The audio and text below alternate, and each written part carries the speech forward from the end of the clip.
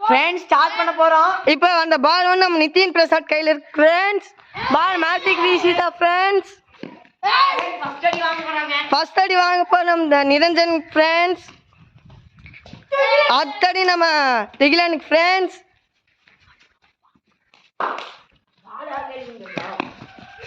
இப்போ பால் நம்ம நிதின் பிரசாத் கையில फ्रेंड्स அடுத்து நம்ம விக்ராந்த் கையில फ्रेंड्स இப்போ அடி வாங்க போறோம் நம்ம திகில் फ्रेंड्स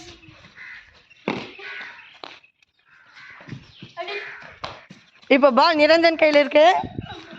அடி வாங்க போற திகிலே பால் அவே